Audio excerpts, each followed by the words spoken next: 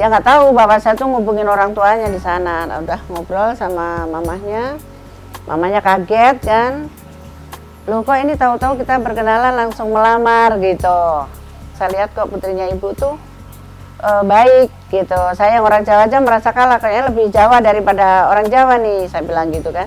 Ya mudah-mudahan ini kiriman dari Allah untuk Ari, saya bilang, karena Ari itu udah umurnya udah cukup.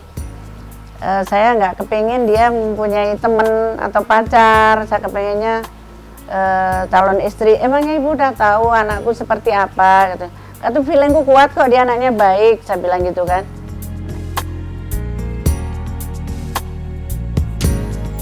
Setuju karena memang sudah cukup usianya dia untuk menikah gitu. Terakhir ini ibu lebih cocok gitu kan, dan juga kelihatannya makanya pada saat ibu tuh naik haji, kita pun diutus untuk berkunjung ke rumah orang tuanya Feni untuk minta izin. Jadi dia pasangan yang rame lah pokoknya, mereka saling suka bikin surprise kan satu sama lain. Jadi Feni itu belajar dari Ari. Ari itu memang orangnya suka begitu, suka bikin kagetin orang, pokoknya yang ulang tahun siapa gitu. Tahu-tahu tengah malam dikagetin, dikasih apa. Dulu juga waktu di sini gitu.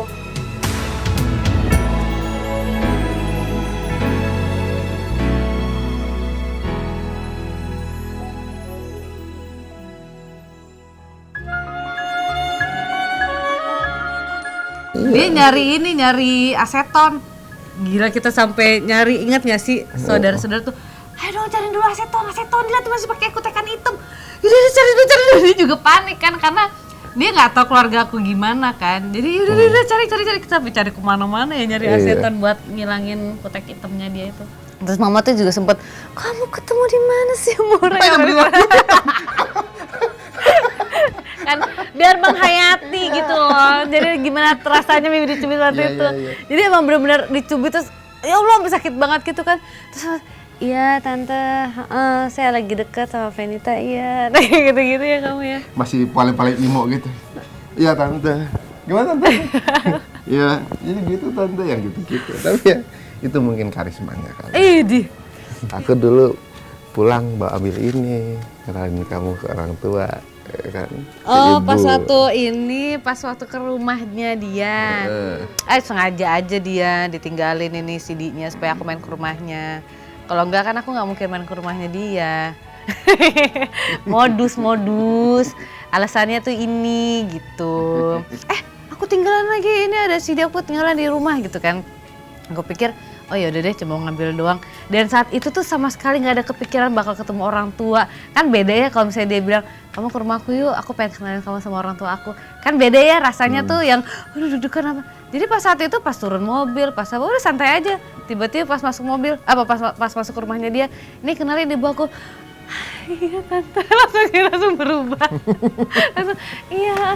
Yaudah bentar ya, aku ke kamar dulu ngambilin CD. Sumpah ditinggal sendirian. Iya bu, gitu langsung beda. Gara-gara ini kurang ajar emang. Gak prepare, ngerti gak sih? Terus gak bawa apa-apa gitu buat namanya mau back sama calon mertua, cewek. Jadi gak ada persiapan lah gitu intinya.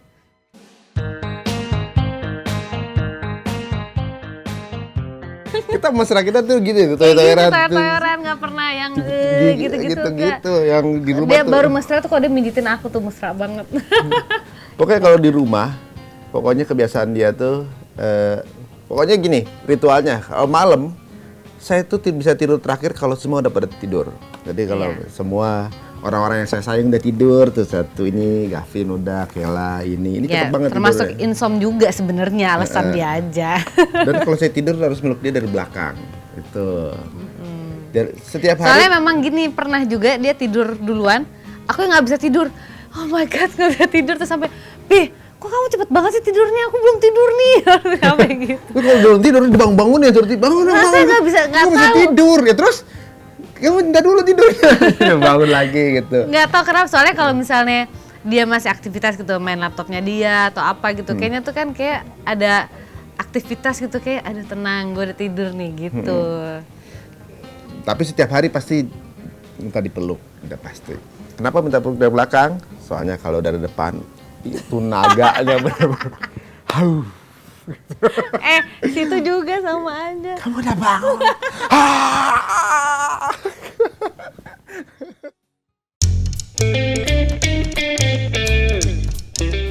Jadi seorang presenter itu sebenarnya semua orang bisa. Kok kamu gini enggak gitu? Enggak gitu ya? Nggak gitu. Kamu tuh lebih santai waktu itu. Dia tuh yang lebih yang pokoknya gini. Kalau lo mau ini, pokoknya harus kayak gini-gini ya gitu kamu tuh gayanya. Kan udah tua, beda sama yang dulu. Enggak. Semua orang tuh bisa jadi presenter. Kalau selama lu punya teman karib, lu curhat, lu kan berarti ngomongkan ke teman lu gitu kan. Sama aja presenter juga, lu teman lagi orang yang nonton sih lagi curhat sama lu gitu. Ngerti kan? Iya, yang ini. Terus gue mesti gimana gitu? Kayaknya enggak. Tidak ngerti Cak Jo. Oh iya, ngerti gitu. Kalau lagi ke Cimanggis tuh kan tuh ada pabrik para bubaran tuh. Nah itu. Dulu kayak gitu. Nanti kamu doyan sama cewek pabrik, udah sama aja kan.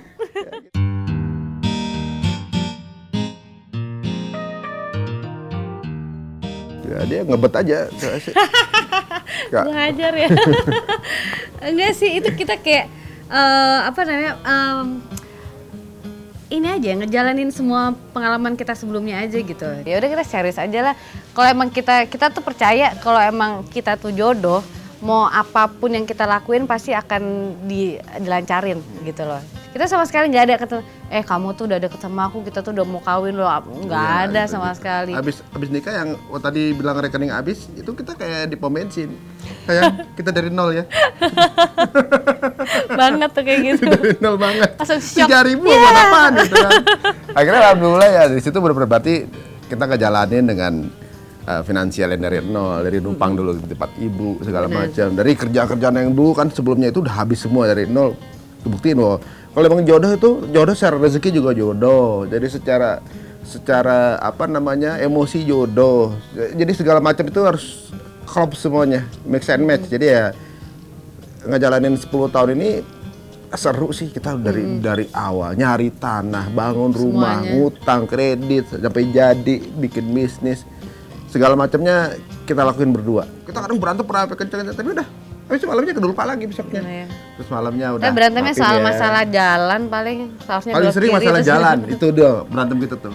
Kanan pakai udah dibilangin juga kanan paling macet ini gitu doang. Udah. Itu bisa panjang, itu bisa panjang. Aku udah bilang, dengerin enggak bisa. Udah. Tapi udah malam selesai. Heeh.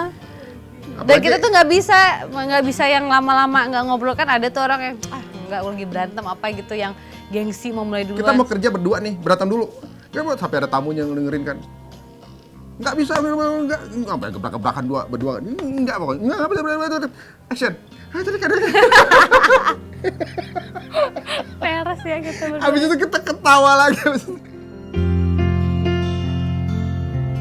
Makanya kita kadang-kadang tahu nih, kapan dia marah, kapan dia berapa kali marah, kalau nggak berhenti, saya akan balik marah, kan gitu, dia udah tahu. Maka pada saat momen saya udah balik marah, dia langsung sabar. Ya nggak jadi saya marah. Kadang-kadang gitu nih.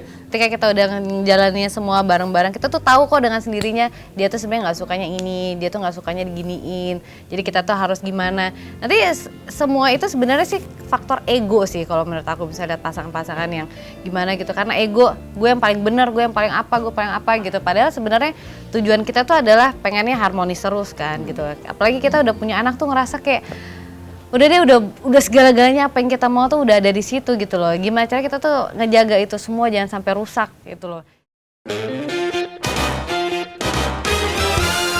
Ada hutang belum dibayar.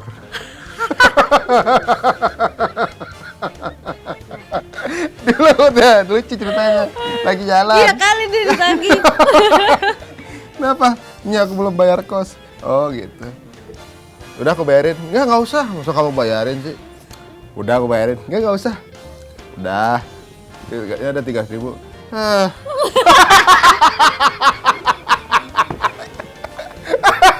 Belum dibayar sampai sekarang. Rese banget sumpah, tenang aja. Nih, uang tuh baru utang kos, balikin. Oh iya. Oh, Akhirnya lunas. Akhirnya lunas. Ya ampun. Harus nunggu 10 tahun nanti dan nilainya nggak segini lagi. Pastut kan Ibu. Ibu duit kan tinggal segitu-segitu aja nggak mau ambil juga. Iya. Bikin malu kamu ah.